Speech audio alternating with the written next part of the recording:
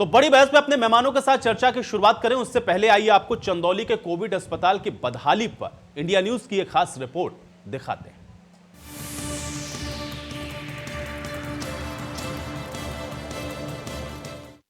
नैतिकता की दुहाई देकर सफाई का प्रवचन सुनाने वालों की सरकारी फौज, इन तस्वीरों पर भी नजर डाल लो, देख लो, तुम्हारी सरपरस्ती में अस्पताल कूड़ा घर में तब्दील हो गया है।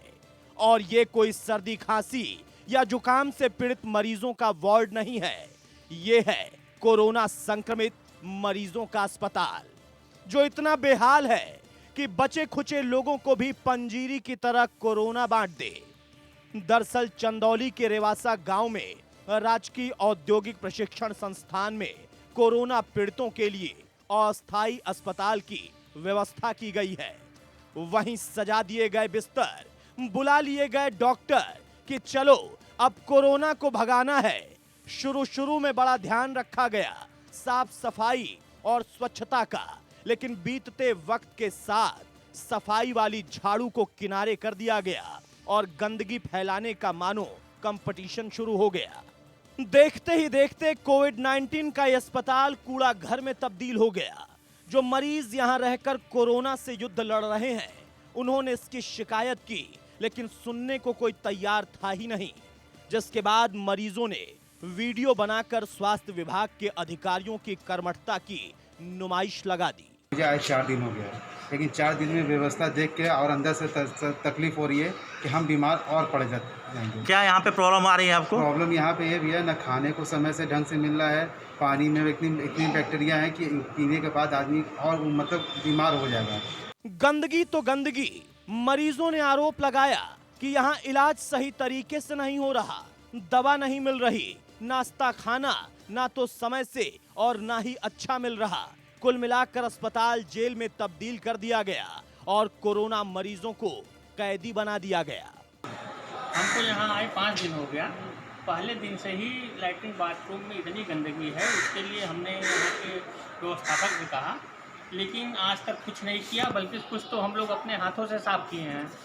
और हॉस्पिटल में सफाई तो सबसे ज़रूरी चीज़ है। गर्म पानी जबकि कोरोना के मरीजों को मिलना चाहिए, गर्म पानी बिल्कुल नहीं मिल पा रहा है। यहाँ काढ़ा मिल रहा था, लिखा जाता है काढ़ा 2-2 टाइम मिल रहा है, काढ़ा मिल रहा है आप लोगों को? नहीं मिल रहा है। अस्पताल की सुविधाओं वाला ये वीडियो बाहर आया तो हड़कंप मच गया। सियासी गलियारों में हलचल हो गई। स्वास्थ्य विभाग की जमकर लानत मलानत हो रही और दोषियों के खिलाफ कार्रवाई की मांग की जा रही है। राजकीय ITI कॉलेज रेवसा में क्वारंटीन किए गए कोरोना के रोगियों का जो वीडियो वायरल हो रहा है, वह गंभीर चिंता का विषय है। जिला प्रशासन को तत्काल इस पर ध्यान देना चाहिए और उचित व्यवस्था करने का काम करना चाहिए। बताया जा रहा है कि वहाँ पे बहुत ही गंदगी है। वीडियो के माध्यम से मरीजों द्वारा अपनी पीड़ा जो है आम लोगों तक पहुँचाने का प्रयास किया जा रहा है। वीडियो में साफ तौर पर यह दिखाई दे रहा है कि वहाँ पे बहुत ही गंदगी का अंबार है। एक ही लैट्रिन है जिसमें दर्जनों मरीज जो है लाइन लगाए रहते हैं जाने के लिए, और वहाँ पे डॉक्टरों की कोई भी व्यवस्था मरीजों के देखने के लिए नहीं की गई है। डॉक्टर समय से जाते नहीं हैं, डॉक्टर मरीजों का इलाज नहीं कर रहे हैं।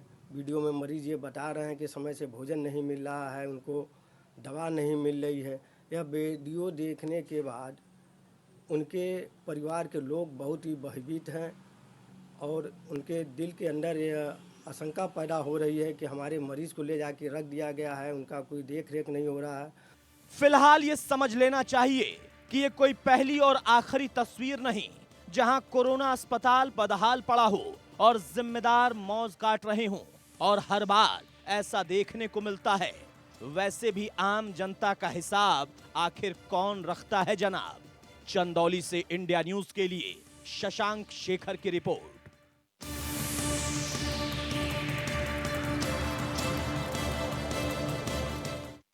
नैतिकता की दुहाई देकर सफाई का प्रवचन सुना।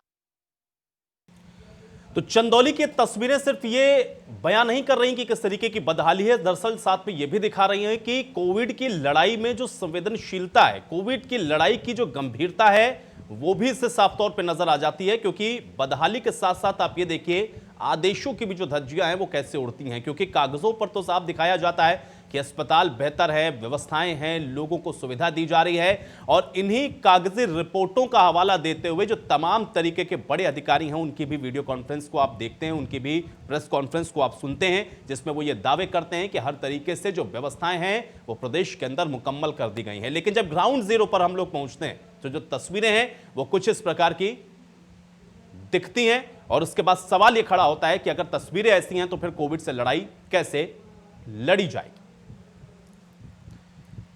और चलिए आज इन्हीं सारे सवालों के साथ आज की बड़ी बहस की भी शुरुआत करते हैं। तमाम मेहमान मेरे साथ जुड़ चुके हैं, उनका परिचय मैं आपके साथ करवा देता हूं। अशोक पांडे जी हमारे साथ जुड़े हुए हैं, प्रवक्ता हैं भारतीय जनता पार्टी के, बहुत स्वागत है अशोक पांडे जी आपका। विवेक सिलास जी हमारे साथ जुड़े हुए हैं, प्रवक्ता है समाजवादी पार्टी के, विवेक सिलास जी आपका भी स्वागत। सचिन रावत जी हमारे साथ जुड़ चुके हैं, प्रवक्ता हैं कांग्रेस पार्टी के, सचिन रावत जी आपका भी बहुत स्वागत। और डॉक्टर मनोज मिश्रा जी हमारे साथ जुड़े हुए हैं, सीनियर कंसल्टेंट हैं, डॉक्टर मनोज मिश्रा जी आपका भी बहुत स्वागत है। अशोक पांडे जी आपसे ही शुरुआत करते हैं। तस्वीरें आपने देख ली होंगी, रिपोर्ट हमने दिखा दी, ऐसे कैसे आप लोग कोविड की लड़ाई लड़ेंगे? एक तरफ तो अव्यवस्थाओं का अंबार है, दूसरी तरफ जो दावे आप लोग करते थे वो भी फेल होते हुए नजर आ रहे हैं। अब कैसे लड़ेंगे कोरोना से?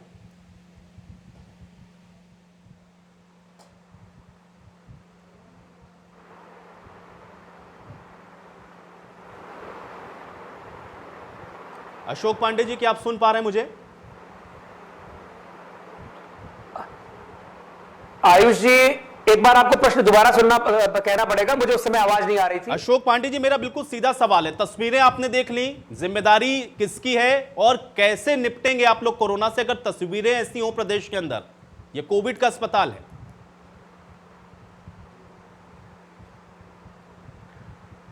बहुत अच्छी बात आयुष जी, स्थिति यह है कि जो संकट के वक्त साहस दिखाते हैं वही किसी कार्य को संपन्न कर पाते हैं।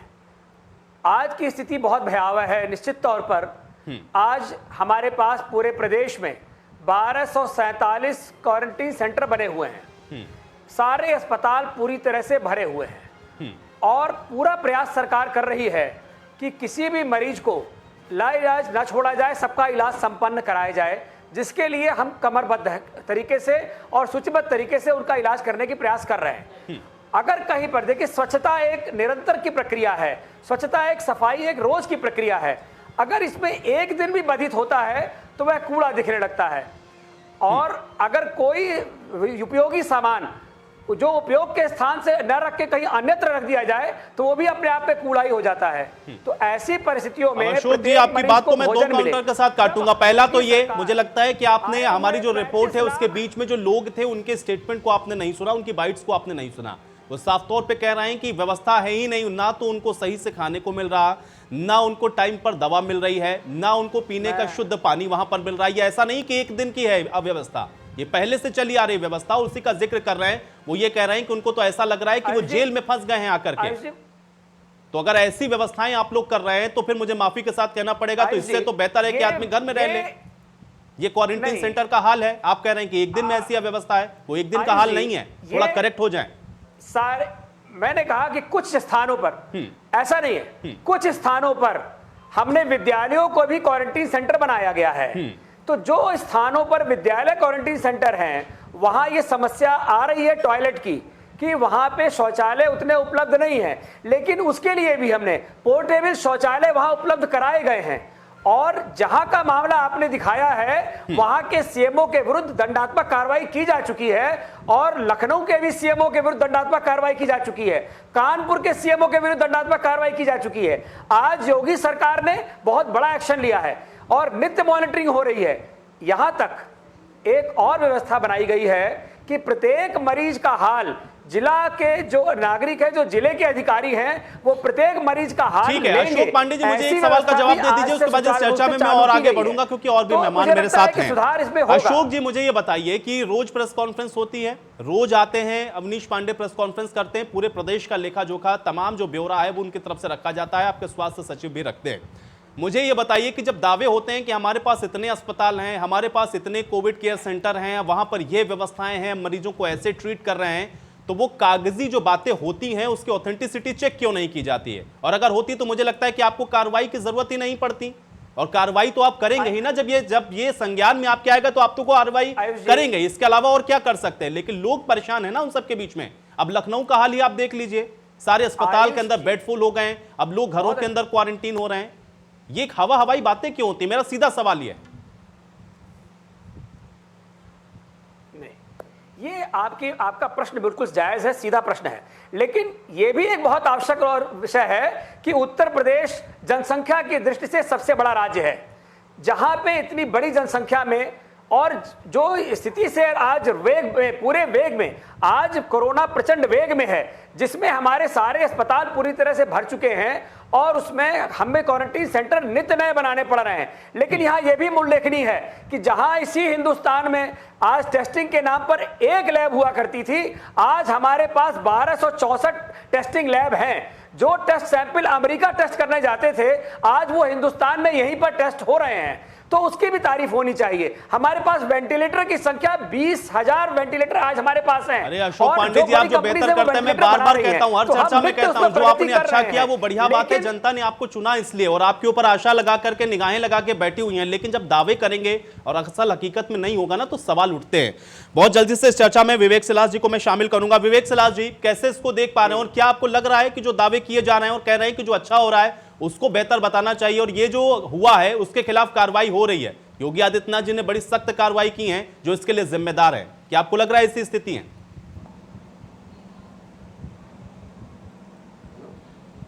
जी देखिए, मैं तो इस पे यही कह पाऊंगा कि सरकार अपनी पीठ चाहे जितना भी थपथपा ले कोरोना क्राइसिस को डील करने के लिए, लेकिन सरकार हर तरह से बुरी तरह से फेल हो चुकी है। उसका साफ साफ उदाहरण है कि किस तरह से कोरोना के केस उत्तर प्रदेश नहीं पूरे देश में किस तरह से बढ़ रहे हैं।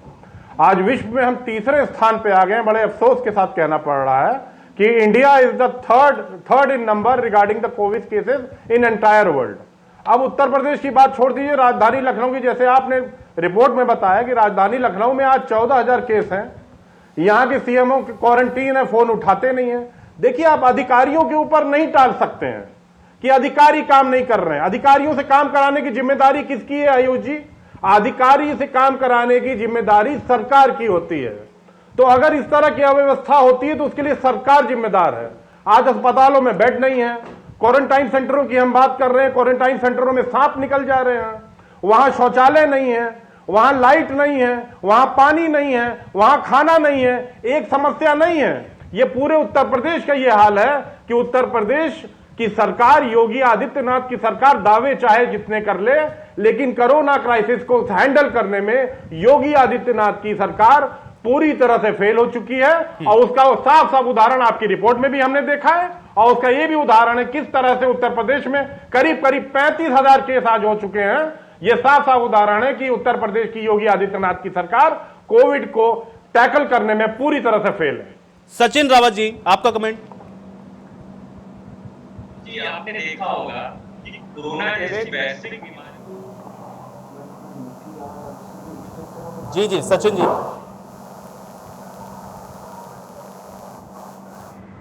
इच्छा शक्ति होती है और सरकार की जो पहल होती है वो सबसे पहले आती है।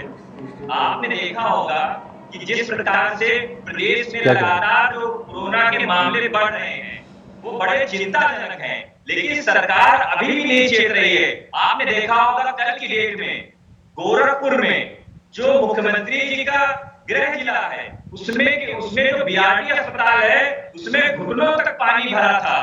जो क्वारंटीन सेंटर बनाया गया है उसमें घुटनों तक पानी भरा था।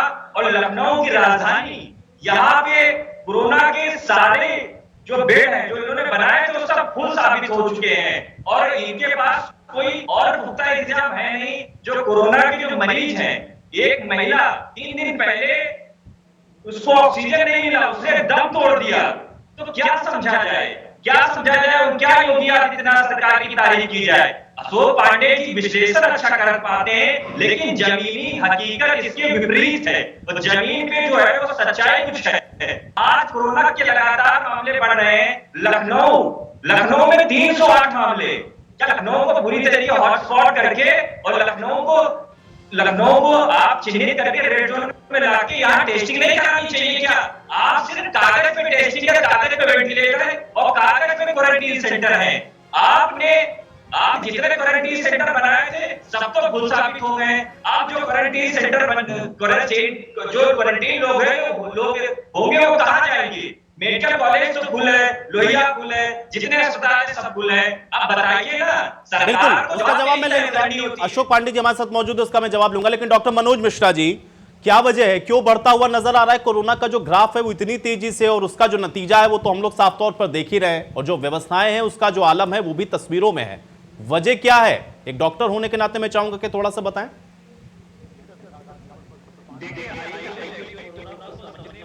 कर रहे हैं, और यहाँ पे सबसे बड़ी बात यह है कि राजनीतिक पार्टियां आगे आ चुकी है और डॉक्टर बहुत पीछे हो चुका है। कोई भी कोरोना को बेसिकली समझना ही नहीं चाहता कि ये है क्या। आप मुझे बताओ, आप कहते हो कि इस समय 14,000 है, आप मुझे ये बताइए क्या आज की डेट में पूरे उत्तर प्रदेश के हर व्यक्ति का आपने कोरोना टेस्ट कर लिया है क्या? अगर उसमें से 90% एसिम्प्टोमेटिक पेशेंट्स हैं तो आप कैसे कहते हो कि आज की डेट में 14,000 आपके पास केस है? तो ये सिर्फ सारी मूर्खता वाली बात हो रही है, बेसिर पैर की बात हो रही है। किसी को कोरोना के बारे में कुछ समझ नहीं है। 4 महीनों से जब आप चाहते हो, आप एक्चुअली कोरोना के पीछे दौड़ रहे हो और कोरोना आपसे दूर दौड़ रहा है। बात तो किसी को समझना ही नहीं चाहता कि किस तरीके से इसको ट्रीट करना है, किस तरीके से सिंपल इन्फेक्शियस डिजीज है। दूसरी बात, आप मौत का कैलकुलेशन करते हो, आपको क्या पता है कि सारी मौत जिसमें कोरोना पॉजिटिव उसकी डेथ कोरोना से हो रही है क्या? जितने भी है उसमें जिनकी भी डेथ हुई है सबके सीटी स्कैन थोरेक्स हुए हैं, उनको निमोनाइटिस डायग्नोज हुई है, उनका कॉज ऑफ डेथ निमोनिया है क्या? आप बेसिकली कोई कुछ नहीं समझना चाहता है। बिल्कुल जिस तरीके से चाइना आपको दिखाता गया, उसने पूरे शहर बंद कर दिया, आपने शहर बंद कर दिया। उसने क्वारंटाइन कर दिया, आपने क्वारंटाइन कर दिया। उसने आइसोलेशन बता दिया, आपने आइसोलेशन कर दिया। आपने अपना दिमाग का इस्तेमाल किया कब? इस समय अगर आप ये कहते हो कि 14,000 है तो आप मल्टीप्लाई कर लीजिए। 90% जो एसिम्प्टोमेटिक पेशेंट है, जो कैरियर रोज आपकी डिजीज पैदा करते हैं, आप कितने लोगों को क्वारंटाइन करेंगे, कितने लोगों को आइसोलेशन करेंगे? आज की स्थिति यह है कि मैं एज ए डॉक्टर आपको बता रहा हूं कि आपके सरकारी व्यवस्था में या हॉस्पिटल्स में बेड नहीं है। आप ले जाके एसिम्प्टोमेटिक पेशेंट्स को आइसोलेशन में डाल देते हो, 10 दिन तक उसको रखते हो, कोरोना टेस्ट करते हो, काढ़ा पिलाते हो, पैरासिटामोल खिलाते हो और 10वें दिन उसकी छुट्टी कर देते हो निगेटिव आने के बाद। इस तरीके से आप एक दिन हिंदुस्तान के आधे लोगों को अस्पताल में डालेंगे निकालेंगे, डालेंगे निकालेंगे। आप बस यही कर रहे हो और कुछ भी नहीं कर रहे हो। बिल्कुल समझने की कोई कोशिश नहीं कर रहा है कि इसको किस तरीके से लड़ना है। सिंपल इन्फेक्शियस डिजीज, मैं आपको बताऊं, आपके चैनल पे मैं मार्च में आया था, तब भी मैंने कहा था देखिए आप भय का वातावरण पैदा करना शुरू कर दिया इस देश में, और अंत में वही चीज हुआ। आप ये भी कहते हो कि 2 गज की दूरी लगाओ, मास्क लगा के बचे रहो, और ये भी कहते हो कि हर आदमी आइसोलेशन में चले जाओ, क्वारंटाइन में चले जाओ। अब स्थिति ये है कि लोगों के पास सीएमओ के हाथ 3-3 दिन बाद फोन जाते हैं कि साहब आपका पॉजिटिव आया हुआ है, उनके फैमिली का कोई टेस्ट नहीं हो रहा है। आप ये सब तमाशा बंद करना पड़ेगा। आप इसको बीमारी की तरह ट्रीट करिए। अगर आप इसको बीमारी की तरह ट्रीट नहीं करेंगे तो ये बहुत ही बदतर स्थिति आने वाली है हिंदुस्तान में। आप आ गए तो इस कोरोना के पीछे दौड़ लगाएंगे, ये खामियां वो खामियां, यहाँ शौच नहीं है, यहाँ बाथरूम नहीं है, यहाँ पे खाना नहीं मिल रहा है, बस यही करते फिरेंगे। अरे साहब 130 करोड़ की जनसंख्या है, ये 2, 4, 50 लाख, 1 करोड़ 2 करोड़ की है। आप क्या रहे हैं? आप बिल्कुल उसको इन्फेक्शियस डिजीज की तरह ट्रीट करिए। सिम्टोमेटिक पेशेंट को आप ट्रीट करिए, एसिम्टोमेटिक को उनको सुझाव घर पे रहें, क्वारंटाइन करें। कोई सांस का तो उस वापस देखिए, यही अप्लाई यूके में हो रहा है, यही अप्लाई यूएस में हो रहा है। अगर आप 130 करोड़ लोगों के पीछे भागना शुरू करेंगे इन बेवकूफ तरीकों के तरीके से, और यहाँ बैठ के 10 लोग, 11 लोग, 15 लोग जो नॉन मेडिकल्स है बैठ के डिसीजन बनाएंगे और भागे कोरोना के पीछे, देखिए 6 महीने में आप कहाँ तक भागते हैं। एक अस्पताल आपके भर जाएंगे और आप यही करते रहेंगे और दौड़ते रहेंगे, और कहीं नहीं आप कोरोना ट्रीट कर रहे हो। अगर काढ़ा से कोरोना ठीक होता तो सबको काढ़ा दिखाओ, तो घर में रखो आप सबको। कोई इलाज, कोई चीजें नहीं है। सेपरेशन, आपको एक दूसरे से इन्फेक्शियस डिजीज आपको नहीं लेनी है। इतनी सी सिंपल सी बात समझना है। अगर आप सांस की प्रॉब्लम हो तो भाई साहब अस्पताल जाइए और उसको as a doctor, as a hospital, आपने तो प्राइवेट हॉस्पिटल का माहौल खराब कर रखा हुआ है। कोई कोरोना लेकिन डॉक्टर मनोज मिश्रा जी, मुझे एक चीज बताइए, ठीक है आप यहाँ बैठ करके तो ये बता रहे हैं कि ये होना चाहिए, ये नहीं कर रही हैं, ऐसे लड़ना चाहिए, वैसे करना चाहिए, लेकिन जो स्वास्थ्य विभाग है उसमें भी तो बड़े बड़े डॉक्टर बैठे हुए हैं ना, उनको भी तो पता होगा कैसे ट्रीट करना है। यही क्यों नहीं हो पा रहा है? इसलिए नहीं हो वहां पा पर रहा है। कुछ और बोलना है, यहाँ पर कुछ और करना है, क्या ऐसा होता है क्या? नहीं उनके पूरे ऊपर देश के डोमिनेटिंग अंदर, है। पूरी दुनिया के अंदर जो डॉक्टर सुझा रहे हैं वही तो किया जा रहा है। नहीं ये हर एक डॉक्टर जान रहा है। आपके जो स्वास्थ्य विभाग के डॉक्टर हैं वो भी इस चीज को जान रहे हैं। कहीं न कहीं कुछ चीजें प्रॉब्लम है, चाहे उनके ऊपर तो फिर डॉक्टर की क्या जिम्मेदारी है ऐसे समय में? ऐसे समय में आपको सही बात बतानी चाहिए ना। नहीं रोज आपके ऊपर क्या दबाव है? आपके ऊपर क्या दबाव है? आप बताइए कि क्या होना चाहिए, क्या ये नहीं कर रहे हैं, और इसकी व्यवस्था क्या हो सकती है? क्वारंटीन करना है कि नहीं करना है? पैरासीटामोल देनी है कि नहीं देनी है? लोगों को 2 गज की दूरी रखनी है कि नहीं रखनी? मास्क लगाना है कि नहीं लगाना है? क्या करना है एग्जैक्टली? आप बताइए खुलकर। आपको 2 लाइनों में समझा देता हूं कि ये इन्फेक्शियस डिजीज है, इसको इन्फेक्शियस डिजीज की तरह लड़ना है। हमें एक दूसरे से इन्फेक्शियस डिजीज ट्रांसमिट नहीं होने देनी है। हमें मास्क यूज करना है, हमें डिस्टेंसिंग करना है। हाँ, जिस पेशेंट को सांस की दिक्कत आ रही है उनको हॉस्पिटलाइजेशन भी करना है, लेकिन अगर जिसको सिम्टम्स नहीं आ रहे हैं आप उनको घर पे रखें, उनको क्वारंटाइन घर पे ही करें। आप अस्पतालों में इस तरीके से भीड़ ना लगाएं, उनको वहां रखें, उनके सेहत का ध्यान रखें, जरूरत हो तो पल्स ऑक्सीमीटर जैसी चीज की सप्लाई करें। ये करेंगे सारी चीजें ठीक रहेंगी। ठीक है अशोक पांडे जी जवाब दें डॉक्टर मनोज मिश्रा जी का। और वाकई में जो बातें वो कह रहे हैं अगर इसी तरीके से आप लोग करें तो शायद हो सकता है कि कंटेन कर ले जाएं, क्योंकि यहां तो राजनीति हर मसले पर होती है, असल चीजों से तो लोग दूर भाग जाते हैं। आयुष जी बहुत अच्छा प्रश्न रखा है, डॉक्टर मनोज मिश्रा ने बहुत अच्छी तरह से बात रखी है, लेकिन मैं बड़ा हैरान हूं कि सचिन और विवेक जी दोनों एक इतने समझदार प्रवक्ता होते हुए भी किसी उलझी हुई बातें कर रहे हैं।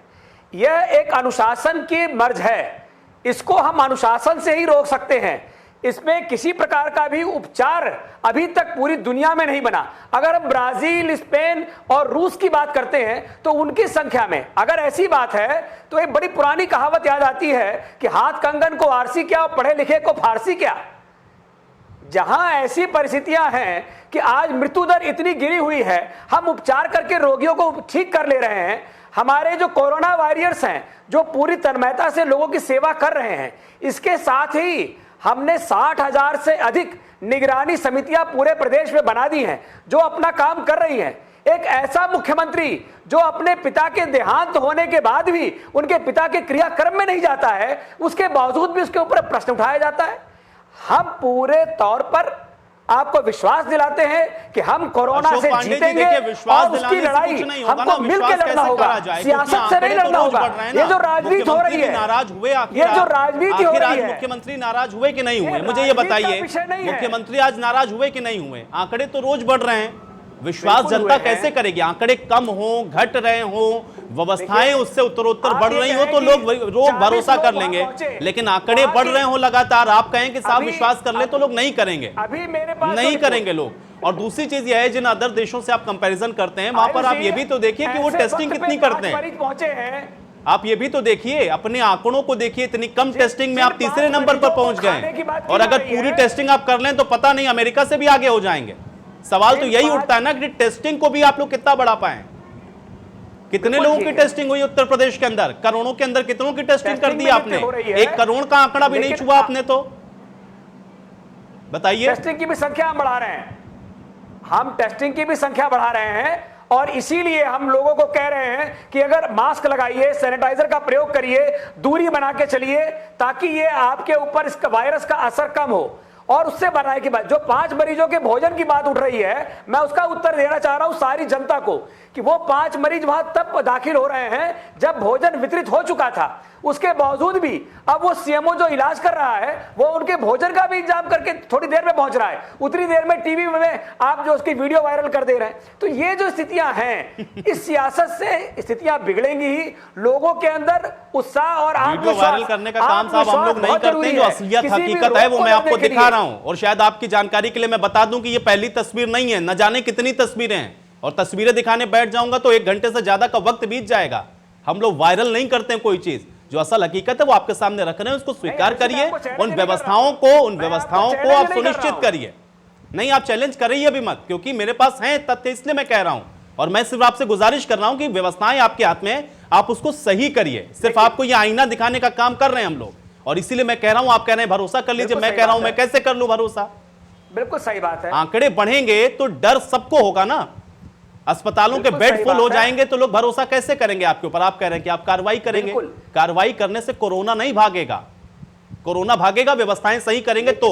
सचिन रावत जी, कोरोना जो कार्रवाई की गई है उसने की गई है, बात कही और डॉक्टर साहब ने भी जो बात कही, कम से कम अशोक पांडे जी को और आपके चैनल के माध्यम से। एक सेकंड मैं आपके पास आऊंगा, विवेक सिलास जी मैं आपके पास आऊंगा। सचिन रावत जी, आयुष जी, जब तक आपने भी प्रश्न उठाया और डॉक्टर साहब ने भी जो प्रश्न उठाया उसको लेकर के कम से कम अशोक पांडे साहब को गंभीरता से और सरकार को गंभीरता से सोचने की जरूरत है, ना कि उसको राजनीतिकरण देने की बात है। आपने टेस्टिंग की बात की, डॉक्टर साहब ने टेस्टिंग की बात की, आदरणीय श्री राहुल गांधी जी तो पहले दिन से टेस्टिंग की बात कर रहे थे, लेकिन सरकार की इच्छा शक्ति नहीं थी टेस्टिंग करने की। अगर आज की डेट में टेस्टिंग हो जाए जैसा कि आपने कहा है तो हम लोग अमेरिका को भी आप पछाड़ देंगे, क्योंकि आपने देखा होगा जिस प्रकार से आज हम लोग तीसरे नंबर पे चले गए हैं। आज हम लोग तीसरे नंबर पे चले गए हैं। बातों का कोई भरोसा नहीं कर सकता। अशोक पांडे जी, अरे अशोक पांडे जी, राहुल गांधी की बात का भरोसा मत करिए, लेकिन डॉक्टर बैठे हुए वो जो बात कर रहे हैं उसको तो मान लीजिए ना। वही तो कह रहे हैं, डॉक्टर जो बैठे हैं यहाँ पे वो यही कह रहे हैं कि आप लोग दरअसल कोरोना से नहीं लड़ रहे हैं, आप लोग लड़ रहे हैं कि आपसी जो राजनीति है उसको कैसे साध लिया जाए। कोरोना को जो डिजीज है उसको आपको कैसे ट्रीट करना उस पर तो बात ही नहीं कर रहे हैं। वो ये कह रहे हैं, डॉक्टर मनोज मिश्रा जी ने क्या कहा, उन्होंने टेस्टिंग को लेकर के कहा, उन्होंने कहा कि सीधे सिंपल रूल्स हैं उसको फॉलो करिए, इन्फेक्शियस डिजीज है उसको उस तरीके से ट्रीट करिए। वही नहीं हो रहा, उसके अलावा सब कुछ हो रहा है। आयुष जी वही बताने की कोशिश की जा रही है, लेकिन अशोक पांडे जी अगर हमारी रिकवरी रेट इतनी अच्छी है, आप हमारे रिकवरी रेट को देखिए, अगर आज रिकवरी रेट हमारा इतना अच्छा है तो उसके लिए हमारे डॉक्टर्स उसके जिम्मेदार हैं। क्या बताते हैं अवनीश अवस्थी जी, किस प्रकार की वो लोग प्रेस कॉन्फ्रेंस रोज की डेली करते हैं? क्या उनकी इच्छा शक्ति नहीं होती काम करने की? आप बताइए, आज उत्तर प्रदेश में केसेस क्यों बढ़ रहे हैं, देश में केसेस क्यों बढ़ रहे हैं? आप करते ना काम। अगर वो डेली आ रहे हैं सामने, सरकार में कौन है? ठीक है, विवेक सिलास जी को भी मैं शामिल करूंगा चर्चा में। अशोक जी मैं आ रहा हूं आपके पास। विवेक सिलास जी एक सेकंड, ठीक है। अरे राजनीतिक आरोप प्रत्यारोप पे क्यों पड़ जाते हैं? अब आप उनके ऊपर आरोप लगाइए, वो आप पे लगाएं, आंकड़े बढ़ते रहे, कोरोना घूमता रहे, उससे कोई मतलब नहीं है। बस ये बताइए कि राहुल गांधी ने क्या खराब कर दिया, फला पार्टी ने क्या कर दिया, ये बताइए। इसका हल और समाधान मत बताइए, कैसे निपटेंगे ये मत बताइए। हम सीधा ये कहना चाह रहे हैं कि वो नित्य आकर के ये बताते हैं, विवेक सिलास जी, और राजनीतिक दल के प्रति उत्तरदायी हम नहीं है। विवेक सिलास जी, हम तो पूरी तरह से विवेक सिलास जी, अशोक पांडे जी जो बात कह रहे हैं मैं चाहूंगा जवाब दें। मैं रिकवरी रेट की बात कर रहा हूं आयुष जी। मैं रिकवरी रेट पर अभी सीनियर कंसल्टेंट बैठे हुए हैं, मैं रिकवरी रेट पर भी आपके सवाल लूंगा उनसे। मैं विवेक सिलास जी को मैं चर्चा में शामिल कर रहा हूं। विवेक सिलास जी,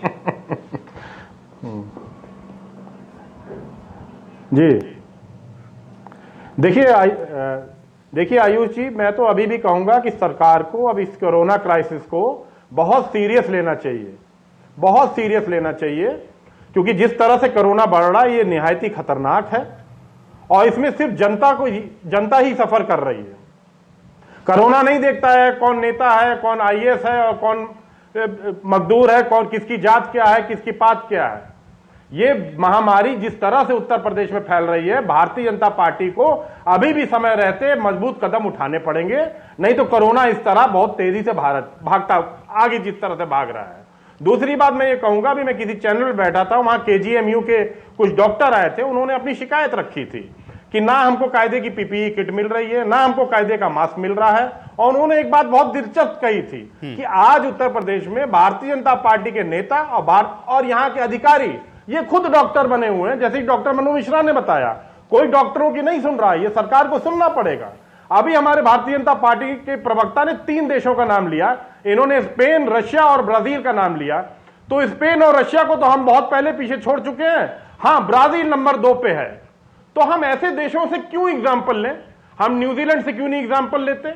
हम साउथ कोरिया से क्यों नहीं एग्जाम्पल लेते? हम ऑस्ट्रेलिया से क्यों नहीं लेते? हम यूके से क्यों नहीं लेते? जर्मनी से क्यों नहीं लेते? आप उन देशों से अपने एक एग्जाम्पल सेट करिए कि जो कि जनसंख्या की दृष्टि से है। जर्मनी की जनसंख्या क्या है? पर जर्मनी की जनसंख्या एक मिनट पांडे जी, एक मिनट, आप जनसंख्या में ना आ जाइए। अशोक पांडे यहाँ जी, लोगों की जनसंख्या की दृष्टि से तो चीन के अलावा जीने किसी और से मृत्यु मुकाबला की नहीं कर मामला सकते पड़ा हुआ, आप। आप जनसंख्या यहाँ बैठ के चीन भी दिखा रहे हैं। 80,000 पर रुक गया आपको जा करके। शर्म नहीं आती है आपको?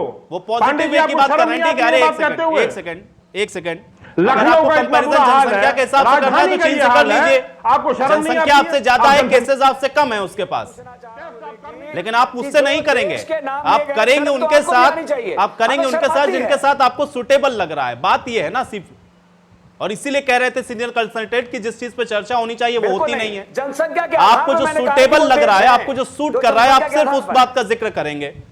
अरे पॉजिटिव चीजों का वो आंकड़ा जो है, जो बात वो कह रहे हैं, अगर आप जनसंख्या कोई आधार बनाते हैं तो चीन से करिए ना मुकाबला। अगर आज चीन की जनसंख्या देखिए, अपनी जनसंख्या देखिए, और उसके बाद बताइए उनके आंकड़े कितने और आपके आंकड़े कितने। प्रदेश की भी तुलना कर लीजिए, जो बड़े प्रदेश हैं, कुछ देश ऐसे हैं जिनकी तुलना करिए उनके साथ, लूडो खेल रहे होते, वो नहीं करेंगे। बस देखिए, अब देखिए, अब कोरोना से लूडो तक पहुंच जाएंगे। डॉक्टर मनोज मिश्रा जी, चलिए ठीक है, डॉक्टर मनोज मिश्रा जी, अरे एक सेकंड, अशोक पांडे जी, अशोक पांडे जी, देखिए ऐसे कहने से कोरोना नहीं भागेगा। मैं फिर कह रहा हूं, सिर्फ ये तर्क रखने से कोरोना नहीं भागेगा। अशोक पांडे जी जीत गए कोरोना से जंग। अशोक पांडे जी जीत गए कोरोना से जंग। लूडो का हर चीज का हवाला देके आप कोरोना से जंग जीत गए क्या? कोरोना नहीं भागेगा, काम करना पड़ेगा आपको। डॉक्टर मनोज मिश्रा जी, एक बात मुझे बताइए। अशोक पांडे जी बार बार कह रहे हैं कि हमारा रिकवरी रेट देख लीजिए, हमारा रिकवरी रेट आप किसी भी देश से तुलना करें हम बहुत बेहतर स्थिति में है। क्या हमको खुश हो जाना चाहिए? नहीं, देखिए मैं आपको कुछ चीजें मैं बताता हूँ, आप उसको समझें। देखिए हमारा जितनी हमारी जनसंख्या है, अगर उसको कंपेयर करेंगे तो चाइना है, उससे ज्यादा जनसंख्या है और हमारे आसपास है। आप ये समझिए कि जब नवंबर दिसंबर में चाइना में ये केस हुआ तो एक डिस्ट्रिक्ट इन्वॉल्व हुआ। ऐसा क्यों, जबकि हमारे हिंदुस्तान में तो सारा इन्वॉल्व हो गया। कहने का मतलब है कि देखिए डिजीज के पैटर्न्स को हमसे छिपाया गया है। सिर्फ वुहान को प्रेजेंट किया चाइना ने, उसने आपको दिखाया कि साहब ये इतनी खतरनाक बीमारी है, इससे सारे लोग मर जाते हैं, इस तरीके से इसको सबको घरों में बंद कर दिया जाता है, इस तरीके से क्वारंटाइन कर जाता है। वहीं सिंघाई और बीजिंग में मात्र 20,000 केस रिपोर्ट होते हैं। ऐसा कैसे? क्या हमारा चाइना का इंटरनल ट्रांसपोर्ट क्या बिल्कुल बंद था क्या? नहीं। आप वहां से सबक लेना सीखिए। देखिए क्या प्रेजेंट किया गया है और क्या चीजें आपको आपके सामने आ चुका है, हम लोग रोज देख रहे हैं। ऐसा कोई नहीं, मैं सहारा हॉस्पिटल में सीनियर कंसल्टेंट हूँ, वहां रोज कोरोना पॉजिटिव आ रहा है। क्या हॉस्पिटल देखिए समझने की चीज है कि किस तरीके से अगर डिजीज के पैटर्न को आप समझेंगे तो इतना शोर शराबा, इतना परेशान होने की जरूरत नहीं पड़ेगी। कोई भी infectious disease, even swine flu हमारे यहाँ था। देखिए स्वाइन फ्लू में भी 1% लोगों में इस तरह की चीजें होती हैं जो लंग्स को इफेक्ट करके मल्टी ऑर्गन फेलियर होता है। एक भी जान हमारे लिए कीमती है, ये आप बिल्कुल नहीं कह सकते कि कोई भी इससे मर जाए। डेफिनेटली ये रेस्पिरेटरी वायरस है, एक इन्फेक्शियस डिजीज है और इसका मल्टीपल पैटर्न्स बिहेवियर्स हैं। 80 to 90% पेशेंट एसिम्प्टोमेटिक होते हैं। एसिम्प्टोमेटिक का मतलब है कि उनको फीवर तक नहीं आता। केवल 5% ऐसे व्यक्ति हैं जिनको माइल्ड फीवर, मैल्जिया, शरीर में दर्द या बुखार या सर्दी जुकाम के साथ, वो भी 2-4 दिन में ठीक हो जाते हैं। केवल 1-2% ऐसे पेशेंट्स हैं, वो कुछ तो इम्यूनो कॉम्प्रोमाइज है या अदर फैक्टर्स उनके साथ डिजीज में है जो इसको प्रेजेंट करते हैं। बेसिकली हमें फोकस उनके ऊपर होना है। अगर हम उनको ट्रीट करेंगे, हमारे सारे हॉस्पिटल्स अगर उनको ट्रीट करेंगे, हमको प्रॉपर उनको वेंटिलेशन की सुविधा दे पाएंगे, हम उनको डॉक्टर की फैसिलिटीज दे पाएंगे, हम नॉन इन्फेक्शियस कंडीशंस उनको इन्वायरमेंट दे पाएंगे, तो हम जो मोर्टेलिटी रेट है उसको कम कर सकेंगे। देखिए आप महीने का लॉकडाउन किया, ऐसा तो नहीं हो गया कि आपके कोरोना टेस्ट कम हो गए, ठीक है। दूसरी बात टेस्टिंग की बात है।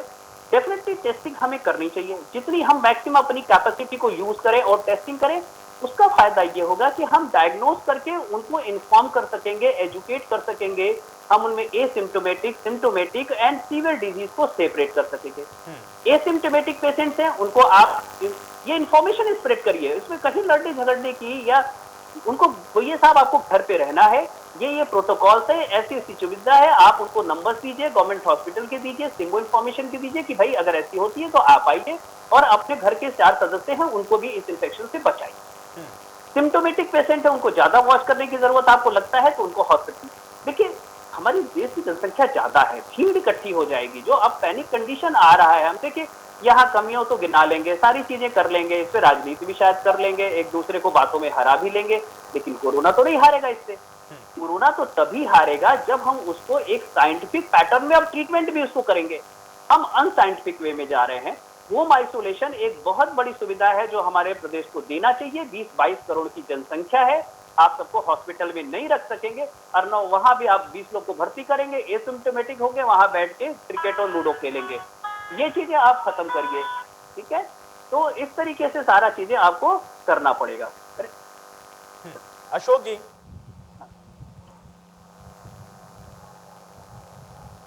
अशोक पांडे जी, जवाब दीजिए। जी आयुष जी, बहुत अच्छी बात डॉक्टर मनोज ने कही है, और मैं पूरी तरह से उस बात से मुतमईन हूं कि आज हमने जो 62,000 निगरानी समितियां बनाई हैं, लेकिन अभी धीरे धीरे मैं ये मानता हूं कि उत्तर प्रदेश में बहुत से लोगों ने इसको अपने प्रैक्टिस में ले लिया है कि हमें मास्क लगाना है और हमें अनुशासन का पालन करना है, लेकिन अब भी बहुत से लोग इस रीच से बहुत दूर हैं। तो धीरे धीरे उस जागरूकता को भी करने का काम किया जा रहा है। समाचार पत्रों से और टीवी चैनलों के माध्यम से भी बार बार ये प्रयास किया जा रहा है कि लोग उसको समझें। अगर आप हमारे टोन को ही समझिए, तो जैसे आप मोबाइल टोन बजाते हैं तो मोबाइल पे जो रिंग टोन आ रही है वो भी लोगों को जागरूक करने का काम कर रही है, और निश्चित तौर पर 14 करोड़ लोग रोज ये रिंग टोन सुन रहे हैं।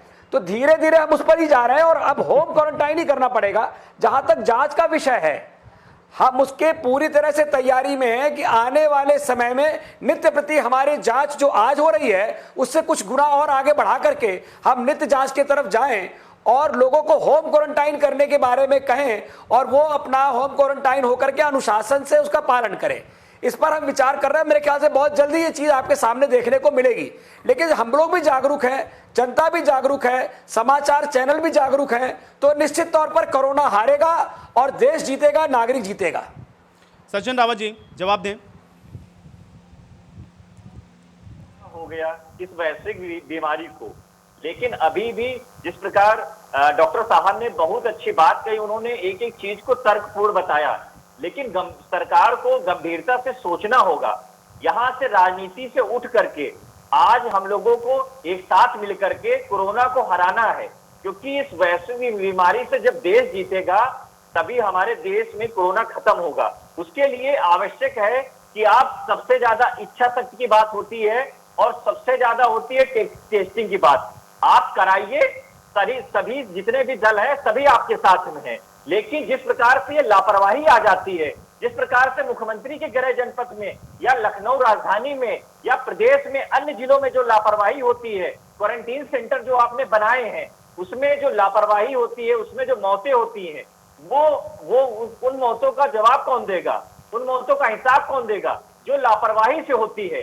आज की डेट में लगातार केसेस बढ़ रहे हैं, उन केसेसों को कम से कम सरकार को गंभीरता से सोचना चाहिए। अब हम लोग मास्क लगाकर सैनिटाइज करके 2 गज दूरी बना करके तो रह ले रहे हैं, लेकिन टेस्टिंग अति आवश्यक है, क्योंकि मुख्यमंत्री जी जो 11 टीम जो उन्होंने 11 टीम बनाई है वो क्या करती है? वो सिर्फ निगरानी समिति बना देती है, लेकिन निगरानी समिति अगर जमीन पे काम करे तो इस प्रकार की लापरवाही नहीं सामने आती है। अशोक पांडे जी, जहां तक लूडो खेलने की बात है तो डॉक्टर हर्षवर्धन से हम जो स्वास्थ्य मंत्री केंद्र में है, उन्होंने सबसे पहले लूडो खेलना स्टार्ट किया, तो क्या समझा जाए? जो आपके मंत्री ही जो इस प्रकार के कृत्य करेंगे तो क्या होगा? ये भी तो सोचने का विषय है। यही सचिन जी, मैं आपको यही बताना चाह रहा हूं कि जो चीन के प्रति भी उत्तरदायी नहीं हुआ, जो इसी देश में रह करके भी और चाइना के गोद में खेल रहा है, चाइना के साथ खड़ा हो रहा है, वो कितना गंभीर है। अशोक पांडे जी, देखिए ठीक है, अब चीन आ गया, फिर धीरे से पाकिस्तान भी आ जाएगा। अशोक पांडे जी, ठीक है, कोरोना की चर्चा में कम से कम चीन पाकिस्तान दूर रखिए। अरे भैया, चीन पाकिस्तान थोड़ा सा दूर रखते हैं। अशोक पांडे जी, चीन और पाकिस्तान थोड़ा दूर रखेंगे। अशोक पांडे जी, चीन और पाकिस्तान थोड़ा दूर रखेंगे। कोरोना चर्चा है, कोरोना पे। अशोक पांडे जी, चर्चा कोरोना पर है। अशोक पांडे जी, चर्चा कोरोना पर है। चीन पाकिस्तान थोड़ा दूर रखते हैं। अशोक पांडे जी, एक सवाल और है मेरा। अशोक पांडे जी, लखनऊ में अस्पताल फुल हो गए, लखनऊ में कोविड के बेड फुल हो गए, जो आइसोलेशन के लिए आप लोगों ने ट्रेनें खड़ी कर रखी थी वो कहां चली गई? ये भी अभी मुझे ध्यान आया, बहुत ट्रेनें हम लोगों ने देखी थी, कहां चली गई? वो लोगों को घरों में आइसोलेट कर रहे हैं। सही बात।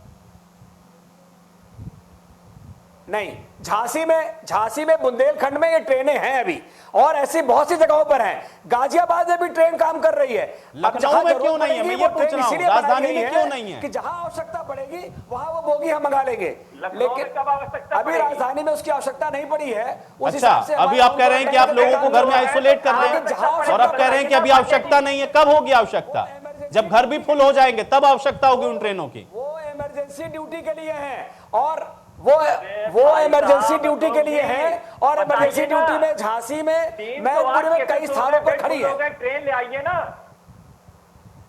सचिन रावत जी, इमरजेंसी सिचुएशन नहीं आई अभी लग रहा। आयुष जी मैं बताने की कोशिश यही कह रहा हूँ, जब बेड फुल हो गए हैं तो क्या इमरजेंसी की स्थिति नहीं आई है? क्या उन ट्रेनों को ला के वहां पे लोगों को नहीं किया जाए, सिलेक्ट किया जाए? ये सरकार का गंभीर नहीं है, दूसरों को जीने दो, ये हमारा सिद्धांत है। मुख्यमंत्री जी की इच्छा शक्ति नहीं है, मुख्यमंत्री जी की इच्छा खुद जिए और दूसरों को जीने दो के सिद्धांत पे काम करते हैं। अधिकारी सारा ठिकरा अधिकारी पे फोड़ देते हैं। अरे सरकार गंभीर कर रहे हैं, सरकार में आप है ना। सवाल चलिए विवेक जी, जो बात डॉक्टर मनोज मिश्रा ने कही, क्या आपको लग रहा है कि वाकई में पैटर्न नहीं पकड़ पाए हैं, या फिर जो पता भी है उसको भी इंप्लीमेंट नहीं करवा पा रहे हैं सही तरीके से? नतीजा ये हो रहा है कि आंकड़े भी बढ़ रहे हैं, लोग भी परेशान हैं, ना कोरोना कम हो रहा है, ना कुछ समझ में आ रहा है, और हर तरफ से सिर्फ अव्यवस्थाएं इस समय देखने को मिल रही हैं। जी बिल्कुल, अवस्था तो बिल्कुल बढ़ी हुई है, और डॉक्टर साहब मनोज मिश्रा साहब से मैं बिल्कुल सहमत हूं, क्योंकि हमको अब टेस्ट देखिए बढ़ाने पड़ेंगे। अगर कोरोना को रोकना है, जैसे उन्होंने कहा एसिम्प्टोमेटिक जो पेशेंट्स होते हैं, पता नहीं चलता कि वो कैरियर्स हैं, लेकिन वो दूसरों को इन्फेक्ट कर सकते हैं। डॉक्टर साहब ने अभी हमको बताया, बिल्कुल सही है। तो इस तरह से सरकार को एक जागरूकता अभियान भी निकालना पड़ेगा, लोगों को जागरूक करना होगा। बहुत देर हो गई है, ये काम हमको बहुत पहले कर लेना चाहिए था सरकार को, जो कि सरकार करने में नाकाम रही है। अभी भी वक्त है पांडे जी, अभी भी वक्त है, जागरूकता अभियान चलाइए, सीरियस होइए, जनता की जिंदगी से मत खेलिए।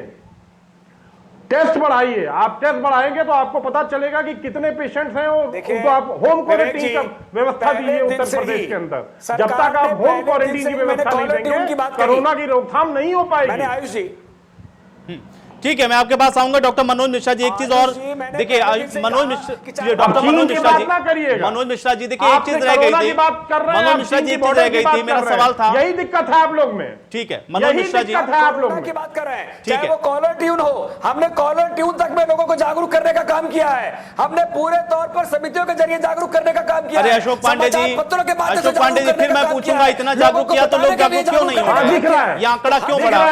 ये आंकड़ा क्यों बढ़ा? ये आंकड़ा क्यों बढ़ा? मुख्यमंत्री नाराज क्यों हुए? अशोक पांडे जी, नहीं नहीं ठीक है, अशोक पांडे जी, अशोक पांडे जी, ठीक है, अशोक पांडे जी, अशोक पांडे जी, सिर्फ कहने से नहीं, अशोक पांडे जी सिर्फ कहने से नहीं होगा। आंकड़ा क्यों बढ़ गया? अशोक पांडे जी, आंकड़ा क्यों बढ़ गया और मुख्यमंत्री क्यों नाराज हो गए? इन दोनों सवालों का जवाब साथ में फिर आपको देना पड़ जाएगा। नहीं पांडे जी, डॉक्टर मनोज मिश्रा जी, मुझे ये बताइए, एक तो बार बार टेस्टिंग को लेकर के सवाल है। एक सेकंड आप सभी लोग थोड़ा सा एक सेकंड, थोड़ा राजनीतिक चर्चा से और बाहर आते हैं।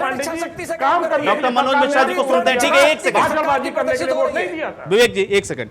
डॉक्टर मनोज मिश्रा जी, दो चीजें बड़ी महत्वपूर्ण है। एक तो मैं ये आपसे सवाल पूछ रहा था, मुझे लगता है कि शायद आपने उसका जवाब नहीं दिया। पहला तो ये कि जो रिकवरी रेट को लेकर के बार बार बात होती है, जब हम कंपैरिजन करते हैं अदर कंट्रीज से भी और अपने देश का भी आंकड़ा देखते हैं, तो हम ये कह देते हैं कि हमारा रिकवरी रेट बहुत बढ़िया है। क्या हमको खुश होना चाहिए कि हमारा जो रिकवरी रेट है उस आधार पर हमको संतुष्ट हो जाना चाहिए? और दूसरा सवाल यह है कि जो टेस्टिंग को लेकर के बार बार सवाल उठते हैं, क्या यह फिजिबल है, इतनी बड़ी पॉपुलेशन में सबका टेस्ट हो जाए? देखिए, जहां तक रिकवरी रेट का सवाल है, वो तो बेहतर, जहां पे 80 to 90% एसिम्प्टोमेटिक पेशेंट्स होते हैं, वहां रिकवरी रेट तो 100% होना है, बढ़िया होना है, इसमें तो कोई तो सवाल पे कोई इस पर डिस्कशन करना बेकार। दूसरा सबसे इंपॉर्टेंट बात यह है, मैं एक इंपॉर्टेंट आपको कहूंगा कि चूंकि हमारी जनसंख्या बढ़ा है, इससे हमें डिजीज को सीमित करना है और हमें हाई पेशेंट्स को आइडेंटिफाई करना है। अगर हाई को आइडेंटिफाई कर उनको ट्रीट कर सकेंगे तो हम डेफिनेटली अपनी रिकवरी रेट को भी बढ़ा सकेंगे और मोर्टेलिटी कम कर सकेंगे। जहां तक टेस्टिंग की बात है, डेफिनेटली हम जितना ज्यादा टेस्ट करेंगे उतना ज्यादा हम आइडेंटिफाई कर पाएंगे डिजीज को और उस पर्सन को। तो ये तो बहुत अच्छी बात है। अब ये तो गवर्नमेंट की कैपेसिटी पे है कि भाई हमारे 130 करोड़ जनसंख्या में वो कितनी टेस्टिंग कर सकते हैं। इस पे तो हम क्या इस पे जवाब दूं। लेकिन डेफिनेटली टेस्टिंग का इंपॉर्टेंस तो है ही है। अगर आप टेस्टिंग ही कर रहे हैं तभी तो ये सारी बातें पता चल रही है। आप पूरे लॉकडाउन में आप टेस्टिंग कर ही नहीं पाए, आपको पता ही नहीं चल पाया। अब जाके टेस्टिंग कैपेसिटी आपने बढ़ाई है तो डिजीज बढ़ी है। कहने का मतलब देखिए लॉकडाउन का आपको क्यों नहीं फायदा मिला, रीजन है कि हमारी टेस्टिंग कम थी, हम पकड़ नहीं पाए। और दूसरी चीज, हम जिस तरीके से इसको कोशिश कर रहे हैं वो इस तरीका गलत है। ठीक है, अब अशोक पांडे जी आप जवाब दीजिए, क्योंकि सवाल बड़ा महत्वपूर्ण है। तमाम विपक्षी पार्टियां और उनके स्टेटमेंट मुझे याद हैं, लॉकडाउन के समय से वो लोग बार बार इस बात को कह रहे हैं कि टेस्टिंग नहीं बढ़ाएंगे तो नहीं पता चलेगा। डॉक्टर साहब भी यही बात कह रहे हैं कि जो टेस्टिंग है उसको तो आपको बढ़ाना पड़ेगा, और बिना उसके आप जब आइडेंटिफाई कर नहीं पाएंगे तो इतने दिन भी लॉकडाउन लगा दिया। आज भी कंटेनमेंट एरिया बनाते रहिए, लॉकडाउन करते रहिए, मिनी लॉकडाउन करते रहिए, उसका कोई बेनिफिट नहीं मिलेगा, ये आंकड़े ऐसे ही बढ़ेंगे। ये लॉकडाउन खोलना हमारी मजबूरी भी थी और उसकी आवश्यकता भी थी। हमने लॉकडाउन खोला है, लेकिन पहले दिन से मैं आपसे कहना चाहूंगा, चाहे जमाती रहे हों, जमाती की समस्या हमने झेला, और चाहे श्रमिक की रही हो उनको भी हमने व्यवस्थित किया, और चाहे बच्चे जो कोचिंग सेंटरों में पढ़ रहे थे उन बच्चों को लेकर के पहुंचाने की बात रही हो, चाहे श्रमिकों को उनके घर तक पहुंचाने की बात रही हो, चाहे लोगों को भोजन देने की बात रही हो, चाहे अन्न बांटने की बात रही हो, अन्न का एक एक कण लोगों तक पहुंचे। भारतीय जनता पार्टी ने और देश की जनता ने। अरे भाई अशोक पांडे जी इसमें क्या, अरे अशोक पांडे जी इसमें क्या पीठ थपथपाने वाली बात है? अशोक पांडे जी मुझे ये बताइए, कोई देश का और प्रधानमंत्री होता तो क्या ये नहीं होता? अरे जो सत्ता की बागडोर में बैठा होगा वो ये करेगा, श्रमिक उसकी जिम्मेदारी है, सब लोग उनकी जिम्मेदारी है, जो चुनौतियों से निपटेंगे। इसमें पीठ थपथपाने जैसा कुछ नहीं है। के ऊपर प्रश्न, मैं तो सीधी सीधी बात कर रहा हूं कि योगी आदित्यनाथ की जगह अगर कोई भी मुख्यमंत्री होता तो ये उत्तर प्रदेश की स्थिति बहुत भयावह होती, बहुत भयावह होती। आयुष जी, अभी आप ये कह रहे हैं भयावह नहीं है, मुख्यमंत्री नाराज क्यों हो गए? अशोक पांडे जी एक सेकंड, मुख्यमंत्री क्यों नाराज हो गए आज क्यों नाराज हो गए मुख्यमंत्री? क्यों मुख्यमंत्री नाराज हुए? व्यवस्थाएं सही नहीं है, क्यों मुख्यमंत्री को गुस्सा आ गया आज? क्यों नाराज हुए मुख्यमंत्री? अरे मुख्यमंत्री क्यों नाराज हो गए? क्यों नाराज हो गए अपनी व्यवस्थाओं में मुख्यमंत्री आज? अशोक पांडे जी इसका जवाब नहीं देंगे आप? प्रधानमंत्री आप भाषण देंगे लेकिन जो सवाल मैं पूछूंगा उसका जवाब नहीं देंगे। मेरा सीधा सवाल है, मैं ये कह रहा हूं कि आपके मुख्यमंत्री अच्छा काम कर रहे हैं, मुझे इस पर कोई संदेह नहीं, बढ़िया बात है, अच्छा काम कर रहे हैं, टीम 11 भी बनाई, सब कुछ किया, अधिकारी पलीता लगा रहे, मुख्यमंत्री नाराज हो रहे हैं। और अगर अच्छा हो रहा होता तो आप ये बताइए बेड फुल कैसे हो गए? बेड कैसे फुल हो गए? मुझे ये बता दीजिए बेड कैसे फुल हो गए? मुझे ये बताइए अशोक पांडे जी बेड कैसे फुल हो गए? दो सवाल है मेरे दो सवाल है, उन दोनों सवाल का जवाब दीजिए। बेड कैसे फुल हो गए और बेड फुल होने वाले थे जब आंकड़े आपके पास थे, पहले से ही व्यवस्थाएं क्यों नहीं थी? ये दोनों ही सवालों का जवाब दे दीजिए। बढ़िया काम कर रहे हैं ना आप, बताइए क्यों फुल हो गए, आंकड़ा क्यों बढ़ा? अगर मैं बिल्कुल बता रहा हूं, आज हमने जहां पे जांच की एक हमारे पास जांच का लैब था उसको बढ़ा करके 1264 लैब इस हिंदुस्तान में बने, जहां पर हमारे पास वेंटिलेटर की कमी थी। तो बढ़ाई आपने, मैं कहां कह रहा हूं कि आपने जांच नहीं बढ़ाई? कोई 2 करके गया तो आपने 10 कर दिया, बढ़िया बात, चलिए ठीक, जांच बढ़ा दी आपने, लेकिन जांच बढ़ाने का मतलब ये तो नहीं कि आंकड़े बढ़ गए। आंकड़े बढ़ गए मतलब आप जो सोशल डिस्टेंसिंग, मास्क, जो तमाम तरीके के दावे आप कर रहे थे वो फेल हो गए, वो फेल हो गए ना दावे। हमने बढ़ाई है, आपने जांच बढ़ा दी, मुझे उस पर कोई डाउट नहीं, आपने जांच बढ़ाई, निसंदेह आपने जांच बढ़ाई, लेकिन मुझे बताइए कि आंकड़ा होता है ना, हमने ठीक की है। आप मुझे बताइए ना, आंकड़ा हर चीज का होता है ना। आपका जो जिला प्रशासन है लखनऊ के अंदर, उसके पास आंकड़ा होगा ना हमारे पास इतना बेड था, कितने बेड थे लखनऊ के अंदर कोविड के, और क्यों फुल हो गए, और फुल होने से पहले ही क्यों अरेंजमेंट और नहीं हो पाया? ये तो आपकी जिम्मेदारी ना, वो तो समाजवादी पार्टी की जिम्मेदारी नहीं है, कांग्रेस पार्टी की नहीं है, राहुल गांधी नहीं करेंगे आकर के, आपको करना है, नहीं कर पाए, आप कह रहे हैं घर में आइसोलेट हो जाइए।